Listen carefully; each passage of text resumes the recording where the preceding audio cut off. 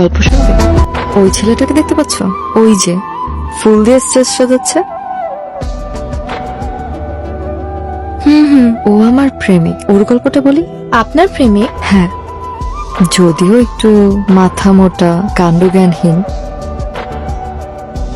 না হলে কেউ নিজের প্রেমিকার অনুষ্ঠানের স্টেজ সাজা। আপনার প্রেমিক কি করে হলো? আমাদের বাসার কাছে ওর একটা নার্সারি আছে, পাশাপাশি ইভেন্টও করে। আমার কলেজে একটা নাচের প্রোগ্রাম ছিল, খোপার ফুল কিনতে গিয়ে ওর সাথে দেখা। আমাকে কিছু রজনীগন্ধা আর গ্লাডিওলাস দিন।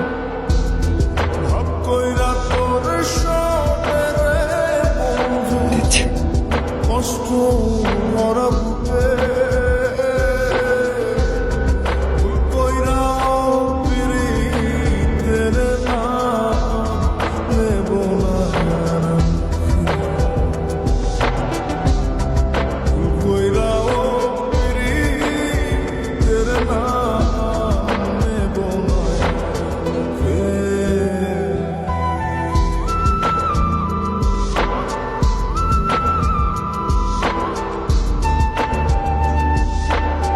সুন্দর কিছু কাঠগুলো কেন দিল সে বিষয়ে ঝগড়া করার জন্য পরের দিন আবার ওর দোকানে যাই। এই যে তুই এখন এখানে দাঁড়িয়ে আছিস, রেডি হসনি? ওরা তো চলে আসছে বলে।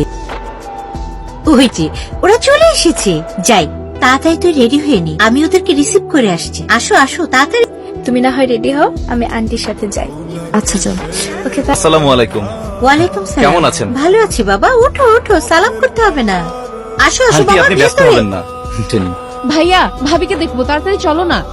আসো আসো আসো।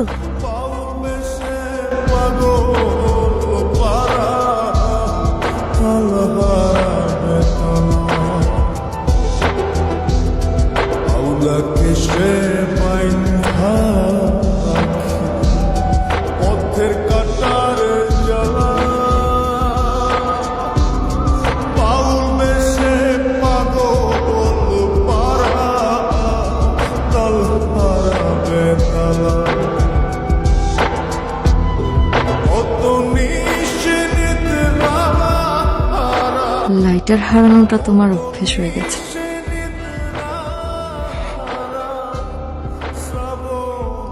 এখন থেকে আমাকে হারানোটা অভ্যাসে পরিণত করতে হবে। পারবে?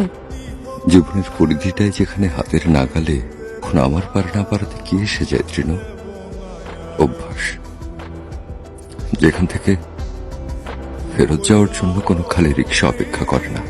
তুমি পায়ে হেঁটে সেখানে যতই ফেরত যাওয়ার চেষ্টা করো না কেন,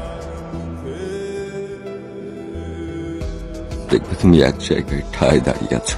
তোমার কি মনে হয় আমি ভালো থাকবো তোমাকে ছাড়া? তুমিও যে আমার অভ্যেসে পরিণত হয়ে গেছো আবি। বদলানোর চেষ্টা করো তৃণ, দেখো